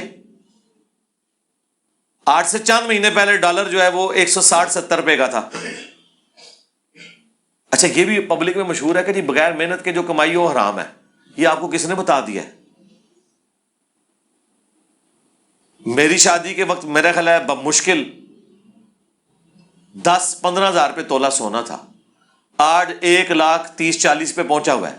گھر بیٹھے ہوئے سونے کی اتنی قیمت چڑھ گئی تو میں کہوں گا وہ حرام ہو گیا؟ نہیں، یہ پتہ نہیں۔ پلاٹ آپ نے خریدا 10 لاکھ کا، پراپرٹی کی قیمت چڑھ گئی وہ 1 کروڑ کا ہو گیا، تو وہ بغیر محنت کے ہی ہوا ہے نا، حرام ہو جائے گا؟ یہ پتہ نہیں کنے ایویں عجیب و غریب بات ہے۔ آپ نے کہا 4 دن قربانی والی حدیث ضعیف ہے، اس کی نمبرنگ بتا دیں۔ اس کے اوپر میرا پورا آپ کلپ دیکھ لیں، اس کے اوپر میں نے جو دلائل بیان کیے ہیں وہ آپ دیکھ لیں۔ یہ حدیث جو ہے وہ مسند احمد کے اندر اور باقی کتابوں کے اندر موجود ہے۔ امت کا اتفاق ہے کہ قربانی 3 دن ہے۔ الموطا امام مالک میں واضح موجود ہے، عبداللہ بن عمر کہتے ہیں گولڈن چین کے ساتھ کہ قربانی عید کے بعد 2 دن تک درست ہے۔ صرف امام شافعی کا اختلاف ہے اس معاملے میں، باقی سب کے سب 3 دن کے قائل ہیں، سنی ہو شیعہ ہو 3 دن کے قائل ہیں۔ اہل حدیث کی چونکہ ٹسل چلتی ہے نفیوں کے ساتھ، اس لیے انہوں نے 4 دن کا، ورنہ اہل حدیث کے بھی جو بڑے علماء ہیں شیخ زبیر الزئی صاحب وہ بھی 3 دن کے قائل ہیں، اور انہوں نے باقاعدہ اس کے اوپر مضمون لکھا ہے۔ اس کے اوپر آپ میری ویڈیو دیکھ لیں، قربانی کے اوپر میری مجلس 124 تفصیلی 50 سوالات ہیں، اس کے کلپ لاکھوں لوگوں نے دیکھے ہیں، وہ آپ دیکھ لیں۔ What is your stance on Hamza Ali Basi's statement on Jesus علیہ السلام and arrival of Mahdi؟ غلط ہے میرے بھائی، حمزہ علی باسی صاحب تو خود متاثرین غامدی صاحب کی سے ہیں۔ ہم نے تو جاوید احمد غامدی صاحب کو اس حوالے سے جواب دیا ہوا ہے، نزول مسیح اور حیات مسیح، میری ویڈیو دیکھیں، ایک ایک چیز میں نے قرآن سے ثابت کی ہے الحمدللہ، احادیث تو بعد میں بیان کی ہیں۔ تو موقف غلط ہے جی ان کا۔ اگر پاکستان کے معاشی حالات کو مد نظر رکھیں اور ڈالر خرید کر رکھنا ذخیرہ اندوزی میں آتا ہے، ذخیرہ اندوزی صرف وہ چیز ہوتی ہے جو بیسک نیڈ ہے، مثلا گندم ذخیرہ کر لینا، آلو ذخیرہ کر لینا، کھانے پینے کی چیزیں وہ جو بنیادی نیڈ کی ہیں۔ ڈالر آپ جتنا مرضی ذخیرہ کریں، آپ کو کس نے منع کیا ہے؟ سونا ذخیرہ کریں، یہ بیسک نیڈ کی چیز نہیں ہے۔ ڈالر کو کھاتا تو نہیں ہے نا، یہ آپ کا بلکہ رائٹ ہے کہ آپ کریں، کیونکہ پیسہ ڈی ویلیو ہو رہا ہے، آپ نے زکوٰۃ بھی دینی ہے۔ دیکھیں ایک بندے کے پاس بینک میں 1 لاکھ روپیہ رکھا ہوا تھا، یہ دنیا کے کسی ملک میں ہوتا ہے کہ سال کے بعد اس کی قیمت 50,000 رہ جائے؟ یار کتنا بڑا ظلم ہے۔ پھر وہ زکوٰۃ بھی اس کی علیحدہ اس کو نکالنی ہے اگر وہ تھریش ہولڈ پوائنٹ سے زیادہ اس کی رقم کراس کی ہوئے، تو اس کے علاوہ تو چارہ ہی نہیں ہے، یا ڈالر لے کے رکھیں یا سونے کی فارم میں پیسے کو مینٹین کریں، کم از کم اس کی قیمت تو اپنی جگہ رہے، ورنہ تو یہ پیسے پڑے پڑے ہوئے ختم ہی ہو جائیں گے۔ یا پلاٹ لے لیں، لیکن زکوٰۃ بہرحال ہر صورت میں دینی ہوگی۔ کیا سفر میں جب نماز ادا کرتے ہیں تو ہر نماز کے بعد سنت اذکار کریں؟ سنت اذکار کرنا عام حالت میں بھی میرے بھائی کو فرض تو نہیں ہے، سنت اذکار ہے۔ آپ پاس ٹائم تھوڑا ہے تو آپ آیت الکرسی کا وظیفہ کر لیں، اور اللہ اکبر، اللہم انت السلام منک السلام تبارک یا ذا الجلال والاکرام، اور استغفر اللہ، اور آخری 3 سورتیں پڑھ لیں، بس یہ وظیفے کافی ہیں۔ باقی جتنا گڑ ڈالیں گے اتنا میٹھا ہوگا۔ آپ کے آفیشیل یوٹیوب چینل سے ایک ہی کمنٹ کاپی پیسٹ ہوتا ہے، جس سے چینل کا امپریشن پر فرق پڑتا ہے۔ اس کی وجہ یہ ہے کہ ہم نے ایک ہی کمنٹ کرنا ہوتا ہے جس کے اندر ہر چیز کور ہو۔ آپ لوگوں کے شر سے بچتے ہیں نا، ہر جگہ اگر ڈفرینٹ کمنٹ کریں گے تو کوئی نہ کوئی آپ غلطی نکال لیں گے، تو اس کے لیے پھر غلطی سے بچنے کے لیے نا ایک ہی سلوگن، جس طرح آپ کو رٹایا ہوا ہے نا جناب، پیچھے سے امام دے منہ طرف خانہ کعبہ شریف، تاکہ غلطی نہ ہوئے، تو اس لیے یہ کاپی پیسٹ ایک ہی کمنٹ کیا ہوا ہے جو ہمارا سلوگن ہے۔ سلوگن یہ ہے کہ آپ نے فرقہ واریت سے ہٹ کے دین کی دعوت کرنی ہے اور سچ بولنا ہے، اور سچ بولنے والے کو سلام ہے ہماری طرف سے۔ یہ ہمارا سلوگن ہے, یہ بار بار ہم نے یہی پیش کرنا ہے, ٹھیک ہے. اگر ڈیفرنٹ کامنٹس کریں گے تو اس کے لیے پھر بعض اوقات کوئی چیز اوور لک ہو جائے گی اور آپ اس کو غلطی پکڑ لیں, اے گل کی تھی اے رہ گئی وچوں. ہاں, تو بجائے اس کے کہ ہر کامنٹ کے اگینسٹ ایک ویڈیو نہیں بنا کے جواب دینا پڑے, تو بہتر یہ کہ کامنٹس ہی ایسے کرو کہ جو جنرل ہوں, ٹھیک ہے. نبی الاسلام بھی تو جامعہ دعائیں کرتے تھے نا. انس بن مالک کی حدیث ہے بخاری مسلم کی کہ نبی الاسلام اور کوئی دعا کریں نہ کریں, ایک جامعہ دعا کرتے تھے, اللہم ربنا آتینا فی الدنیا حسنہ وفی الآخرۃ حسنۃ وقینا عذاب النار. سارا کچھ اس کے اندر کور ہو گیا, ٹھیک ہے. اگر سارے فرقے سزا بھگت کے جنت میں چلے جائیں گے تو آپ واپس, لکھا ہوا ہے, بریلوی عقائد اور طریقوں پر آ جائیں اور حنفی نماز پڑھ لیں. اچھا, اس کا جواب یہ ہے کہ آپ کو اگر شوق ہے نا سزا بھگت کے جانے کا تو آپ بھگت کے چلے جائیں. مجھے تو کوئی شوق نہیں ہے سزا بھگتنے کا. اس کی وجہ یہ ہے کہ سورہ الفرقان میں آیا ہے کہ میرے جو نیک بندے ہیں وہ مجھ سے دعا کرتے ہیں, ربنا اصرف عنا عذاب جہنم ان عذابہا کان غراما, اے رب ہمارے ہم سے جہنم کا عذاب پھیر دے, بے شک جہنم کا عذاب جو ہے یہ ہمارے گلے کا پھندا ہے, یعنی ہر وقت لٹکتی ہوئی تلوار ہے. لیکن اس کے ساتھ جو اللہ تعالیٰ نے ذکر کیا ہے نا وہ ہے انہا ساءت مستقرا و مقاما, جہنم تھوڑی دیر کے لیے بھی رہنے کے لیے بری جگہ ہے اور ہمیشہ کے لیے بھی بری جگہ ہے. اللہ تو کہہ رہا ہے ایک سیکنڈ بھی جہنم بری جگہ ہے رہنے کے لیے, تو پھیرا لگانے کا آپ کو شوق ہے, مجھے کوئی شوق نہیں. آپ فقہ حنفی سے اتنی دشمنی کیوں رکھتے ہیں اور بابوں کے کیوں مخالف ہیں؟ اس لیے کہ جنہوں نے اپنے ناموں کے کلمے پڑھائے. میرا تو کلمہ آپ کو پتا ہے لا الہ الا اللہ محمد رسول اللہ ہے, تو میرا ان سے اختلاف تو ہے, ذاتی تو کوئی اختلاف نہیں.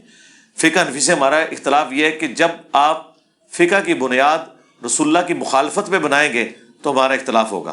صرف فقہ حنفی سے اختلاف نہیں ہے, فقہ شافعی میں نے کئی دفعہ ویڈیوز کے اندر اس مسئلے کا سختی سے رد کیا ہے کہ بیوی کو ہاتھ لگانے سے وضو ٹوٹ جاتا ہے. یہ امام شافعی کا مسئلہ باطل ہے. لیکن یہ حقیقت ہے کہ فقہ حنفی اور فقہ مالکی کے 50% مسئلے خراب ہیں. تو جس فقہ میں زیادہ خرابی ہے اس کا زیادہ بیان ہوگا, جس میں تھوڑی خرابی ہے اس کا تھوڑا بیان ہوگا. ہماری ذاتی دشمنی کسی کے ساتھ نہیں ہے, ورنہ ہم امام حنیفہ کو رحمہ اللہ تو نہ کہہ رہے ہوتے. ہمارا اختلاف امام حنیفہ سے نہیں ہے بلکہ ان کی طرف منسوب فتووں کے ساتھ ہے. ٹھیک ہے جی. مسئلہ 197 میرا, اس کے اوپر دیکھ لیں. علی بھائی میں جب بھی نماز پڑھتا ہوں تو مجھ میں غرور آ جاتا ہے, یہ لگتا ہے وہ بھی غلط ہو رہا ہے. غرور آ جاتا ہے. نماز پڑھنے سے کیسے غرور آتا ہے؟ یہ تو فرض ہے, یہ شیطانی وسوسہ ہے. اگر کوئی کہتا ہے داڑھی رکھنے سے لوگ مجھے نیک سمجھیں گے, نماز میں جماعت سے پڑھوں گا لوگ سے نیک سمجھیں گے, تو میں اس لیے پڑھتا ہی نہیں. نہ میرے بھائی, جو فرض ہے وہ تو آپ نے پورا کرنا ہے, اور فرضیہ کام اس طرح کے جو ہے وہ اعلانیہ ہے. اللہ کے نبی نے اعلانیہ کیا, آپ نے بھی کرنا ہے. یہ جو آپ کو خیال آتا ہے نا, یہ شیطانی وسوسہ ہے. صحیح مسلم میں ایک حدیث ہے, ایک صحابی نے کہا یا رسول اللہ بعض اوقات ہم کوئی نیک کام کرتے ہیں نا اور ہماری یہ خواہش نہیں ہوتی کہ لوگ ہماری تعریف کریں, لیکن پھر بھی لوگ ہماری تعریف کرتے ہیں اور وہ ہمیں اچھی بھی لگنا شروع ہو جاتی ہے. اب آپ کی نظر میں تو 0 سے ملٹیپلائی ہوگی کیونکہ وہ تعریف اچھی بھی لگ رہی ہے. تو نبی علیہ السلام نے فرمایا یہ نیک بندے کے لیے دنیا میں اللہ کا انعام ہے, یہ کوئی ریاکاری نہیں ہے. لیکن نیت کیا ہو اللہ کو خوش کرنے کی. کوئی تعریف کر دے, اس سے کیا فرق پڑتا ہے؟ اتنے لوگ میری تعریف آگے کرتے ہیں, مجھے تو کوئی فرق نہیں پڑتا. میں یہ خوش ہوتا ہوں کہ دعوت پہنچ گئی بس, باقی میں سسٹم کا بینیفیشری ہی نہیں ہوں نا. خالی تعریف سے کیا ہونا ہے؟ کسی عالم کی تعریف ہو تو اس کو فائدہ یہ ہے کہ اس کے چندہ بک میں ایک اور بندہ ایڈ ہو جاتا ہے. مجھے تو کوئی اس طرح کا نہیں لینا دینا, میں نے تو اپنی جیب سے لگانا ہوتا ہے, تو مجھے کسی کی تعریف سے کوئی فرق نہیں پڑتا. نہ میں نے کوئی جلسہ کرنا ہوتا ہے کہ جہاں جا کے میں ایسے ایسے ہاتھ لا کے تو جواب دے رہا ہوں. نہیں, مسکینوں والی مولا علی والی زندگی گزار رہے ہیں چٹائی پہ بیٹھ کے الحمدللہ.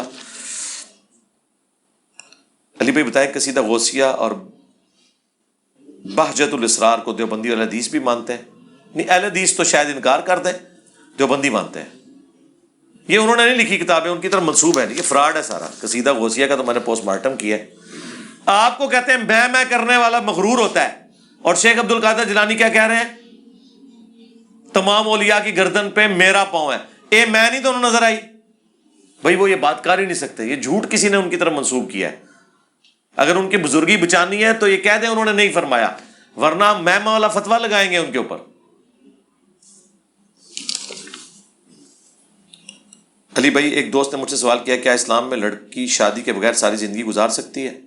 اگر اس کو کوئی جینون ایشو ہے تو بے شک گزارے, لیکن اگر کوئی ایشو نہیں ہے تو یہ نبی اسلام کے طریقے سے روح گردانی ہے. اور بخاری مسلم کی حدیث ہے, جب ایک صحابی نے بھی یہی بات کی تھی تو نبی اسلام نے فرمایا تھا, من رغب عن سنتی فلیس منی, جس نے میری سنت سے منہ موڑا اس کا مجھ سے تعلق نہیں ہے. البتہ اگر اس کے کوئی گھریلو پرابلم ایسے ہیں, بعض اوقات کسی کے ماں باپ بوڑھے ہوتے ہیں, وہ ان کو چھوڑنا نہیں چاہتی, اکیلی اولاد ہوتی ہے, گھر داماد بھی نہیں مل رہا ہوتا, یا بعض اوقات کسی کا کوئی سیکچول اس طرح کا ایشو ہوتا ہے, یا ہر بندہ اپنے حالات و واقعات کو دیکھے گا. شادی کرنا فرض نہیں ہے جس طرح وہ اسلام کی بنیاد 5 چیزوں پہ ہے, کلمہ, نماز, زکوٰۃ, حج اور روزے. لیکن یہ رسول اللہ کا ایک طریقہ ہے, جس کو حالات و واقعات ہوں وہ کرے. بخاری مسلم میں حدیث ہے, نوجوانوں کے گروہ جو استطاعت رکھتا ہے نا وہ شادی کرے. شادی کرنا آنکھوں کی حفاظت کا ذریعہ ہے, تمہاری عفت اور عصمت اور شرمگاہ کی حفاظت کا ذریعہ ہے. اور جو شادی نہ کر سکے وہ روزے رکھ کر اپنی شہوت کو ٹھنڈا کرے. یعنی اس میں اجازت دے دی کہ اگر نہیں رکھنی تو روزے رکھو. یہ نہ ہو کہ آپ نے شادی بھی نہیں کی ہوئی اور برے خیالات کی طرف بھی آپ جائیں, تو یہ آپ دیکھ لیں. علی بھائی, ہم سنتے ہیں کہ کسی نہ کسی کو تعویذ کروایا گیا, جادو کروایا گیا. جی, پاکستان میں جتنے بے روزگار ہیں نا ان کے اوپر جادو ہوا ہوا ہے. جتنے آرڈر آمنے ہوتے تعویذ ہوئے نے, ٹھیک ہے. اور تعویذ تو آپ کے ان بھائیوں کے اوپر ہوئے ہیں جو باہر کے ملک سے آپ کو پاؤنڈ اور ڈالر بھیج رہے ہیں, کہ وہاں پہ وہ ڈبل روٹی سے ناشتہ کرتے ہیں اور آپ یہاں 12 بجے اٹھ کے نا مرغ چرے کھاتے ہیں جا کے, بغیر کمائی کے ان کے پیسوں کے اوپر. تو تعویذ تو ان کے اوپر ہوئے ہیں کہ محنت بےچارے وہ کرتے ہیں, کھا رہے آپ کے اوپر کون سا تعویذ ہوا ہے؟ تو آڑی تو موجہ لگی ہیں نے. ٹھیک ہے. جو امام کی پیروی کے بغیر مرا وہ جہالت کی موت مرا. اس سے مراد کیا 4 امام ہے؟ نہیں, اس سے مراد 4 امام نہیں, اس سے مراد امام سے مراد ہے خلیفہ وقت, جس کی بیعت کی جاتی ہے. 4 اماموں کی تو بیعت آپ نے کی بھی کوئی نہیں ہوئی ہے. حنفیوں نے کہا امام حنیفہ کی بیعت کی ہوئی ہے, تو اس سے مراد ہے خلیفہ راشد, اس کی بیعت. تو آج کل تو خلافت نہیں ہے, لہٰذا یہ آج کے لیے obsolete ہے یہ چیز. جب خلافت ہوگی تو اس وقت خلیفہ کی بیعت کرنا ضروری ہے. شادی کے بعد بیوی اپنا رزق لے کر آتی ہے, رزق بڑھ جاتا ہے, یہ کہاں تک درست ہے؟ واللہ عالم. جی, باقی وہ روایت جھوٹی ہے کہ وہ ایک غریب تھا, حضور نے کہا شادی کر اور غریب ہو گیا, کیا دوسری شادی کر اور غریب ہو گیا, تیسری چوتھی جا کے امیر ہو گیا. اور خدا کا نہ آ جائے. ٹھیک ہے, آج کل تو ایک بیوی اور ایک بچے کا خرچہ اٹھانا مشکل ہوا ہے. اس طرح کی غیر علمی اور جذباتی باتیں کرنا, یہ آپ کون سا اسلام پیش کر رہے ہیں؟ اسلام نے ایسی کوئی بات نہیں کی ہوئی ہے, یہ آپ کی منہ شگافی ہیں, اس کے سوا کچھ نہیں ہے. ٹھیک ہو گیا. تو اسلام نے, ہاں جی, یہ آپ کا پورا تھدا میں نے فارغ کیا ہے. جی, کوئی بندہ ایسا ہے جس نے پرچی لکھ کے دی ہو, اے نہیں کہ ہوں بہ کے لکھی ہوئے, کوئی مولویاں لا ہلا نہ کری ہو اور میں نے نہ پڑھی ہو, ایسا نہیں ہوتا. اللہ کا شکر ہے. کہتے ہیں جی پہلے دے سوال لکھے ہوندے نے, اوے تواڈے مولوی میری ویڈیو دیکھ کے انہوں ریپروڈیوس نہیں کر سکتے, اس طریقے نال پہلے کے لکھے ہوتے ہیں. علی بھائی, کیا ہم رحیم یار خان میں ایسی اکیڈمی بنا سکتے ہیں جہاں دعوت کا کام کریں؟ جی ضرور بنائیں جناب, کس نے منع کیا ہے؟ لیکن ہمارے ساتھ نہ کوئی منسوب کریں گے برانچ ہے اس کی. ہاں, وہ آپ خود کریں دین کا کام. ہماری نہ کوئی چندہ بک ہے, نہ کوئی فرقہ ہے, نہ کوئی مسجد ہے, نہ کوئی برانچ ہے. خود کریں, آپ نے خود کام کرنا ہے. علی بھائی, میں لاہور سے آیا ہوں, آپ سے 15-20 منٹ اکیلے تو میرے بھائی بیوی کے ساتھ میں 15-20 منٹ بیٹھنا مشکل ہے. اکیلے بیٹھنا, پرچی لکھو. قبرستان میں آپ نے بتایا کہ قبر پر بیٹھنا آگ پر بیٹھنے سے زیادہ خطرناک ہے. آج کل میں دیکھتا ہوں قبرستان مٹی ڈال کر دوبارہ قبریں بنانا شروع کرتے ہیں. پہلے والے راستوں کے علاوہ قبرستان میں راستے بن جاتے ہیں جب ہم, ہاں تو وہ غلط ہو رہا ہے نا میرے بھائی. اگر کہیں سے قبر کے آثار مٹ گئے ہوئے ہیں وہاں پہ راستہ نہیں بنانا چاہیے. میں نے تو صرف یہ بتانا ہے کہ یہ کام غلط ہے، غلط ہو رہا ہے، وہ آپ حکومت وقت کو بتائیں، انتظامیہ کو بتائیں، مجھے تو نہ بتائیں. میں نے تو آپ کو ان پرنسپل بتانا ہے. اگر آپ کو پتا تھا کہ یہ گزرگاہ ایسی جگہ پہ بنی ہے کہ جہاں پہ قبرستان تھا، آپ اس راستے سے نہ گزریں. آپ کو تو پتا ہے نا، یہ آپ کی ذمہ داری ہے. اب یہ نہیں ہے کہ ایک بندے نے غلط کام کر دیا تو آپ اس کو پریکٹس کرتے رہیں گے، نہیں، یہ کام نہ کریں. نماز قضا جو ہے اس کو ٹھیک طریقے سے ادا کرنے کا طریقہ دیکھیں. نماز قضا کرنا، اس کے لیے ٹرم یوز ہوتی ہے قضائے عمری. یوٹیوب پہ میری ایک ویڈیو دیکھ لیں، قضائے عمری کا طریقہ. ایک تو وہ قضائے عمری انہوں نے ایک جعلی نماز 4 رکعت والی بنائی ہوئی ہے جمعۃ الوداع کے دن، کوئی ثابت نہیں. ایک یہ بنایا ہوا ہے کہ آپ نے بالغ ہونے سے لے کر توبہ کرنے تک سارے سال گننے ہیں، اس کے دن گننے ہیں، پھر اس کو 5 سے ضرب دینی ہے. انہوں بیچارہ شروع ہی کر بیٹھا ہے نماز، انہوں پہلے ایڈی لمبی ضرب تقسیم دس رہے ہو کہ وہ آندہ ہو بیچارہ مرتے دم تک نمازیں ہی پڑھتا رہے. بھئی آپ نے توبہ کر لی، اسی دن ہی آپ صحیح معنوں میں مسلمان ہوئے ہیں. اب اس کے بعد نمازیں شروع کر دیں، جو گزر چکی توبہ کافی ہے. اب ساتھ ساتھ جو نمازیں قضا ہوں وہ آپ ساتھ ساتھ پڑھتے جائیں. وہ جس وقت آپ کو ٹائم ملے، یعنی کوئی فجر کے وقت نہیں اٹھ سکا تو ظہر کے ساتھ پڑھ لے، ظہر کی رہ گئی عصر کے ساتھ پڑھ لے، لیکن رہے نا مجبور اگر رہ گئی. پرانی جو ہوئی وہ معاف، لیکن ساتھ ساتھ جو ہوں گی وہ آپ نے کرنی ہے. وہ بخاری مسلم میں حدیث ہے، جو شخص سویا رہ جائے یا بھول جائے، جیسے اسے یاد آ جائے وہ والی نماز پڑھ لے، اس کے لیے وہی نماز کا وقت ہے. ٹھیک ہے، باقی آپ میری ویڈیو دیکھ لیں قضائے عمری کا طریقہ. دربار پر جا سکتے ہیں، جب انہیں کہو کہ اللہ کے نام کا دو تو یہ کہتے ہیں کہ آپ کے دادا کا سالانہ ہوتا ہے، وہ بھی تو ان کے نام کا ہے. یہ تو بڑی چھوٹی بات کی ہے. آپ قربانی کا بکرا لے کے آئے نا، وہ کہتے ہیں نہیں اس بکرے کو آپ یہ تو نہیں کہتے اللہ کا بکرا ہے، آپ یہ کہتے ہیں یہ فلاں کا بکرا ہے، تو اس پہ بھی تو غیر اللہ کا نام بولا جا رہا ہے. یہ وہی ہے تراوی وی الفاظ سیم کر کے آپ چیزیں ثابت کر رہے ہیں.